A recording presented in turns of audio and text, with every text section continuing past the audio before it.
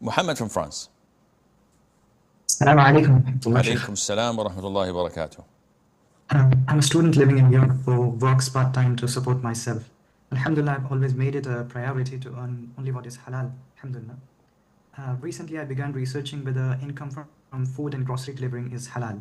From your videos, I understood that as long as I'm unaware of the contents that I'm delivering, my earnings are permissible, inshallah.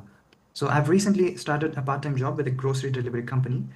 They operate from a warehouse that stores all types of products, including bottles of wine and cigarettes. So when I make deliveries, I usually do not know what items are in the order, in the bag, until I reach the customer's doorstep. At that point, the app sometimes shows an 18 plus pop-up asking for an ID check, which confirms that there is something haram in the bag, though I cannot tell if it's alcohol or cigarette.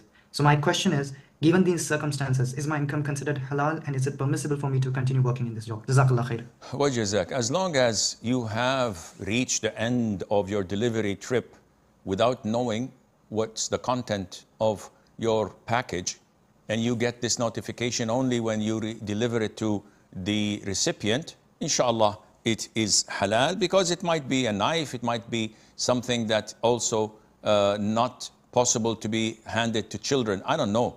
And you did not have the choice, and you do not have the choice as you've reached the doorsteps of the client to decline this trip and hold it and carry it back with you. And that it would be also something sinful now that you know that it is haram. So it seems to me that inshallah there's no sin on you on this regard.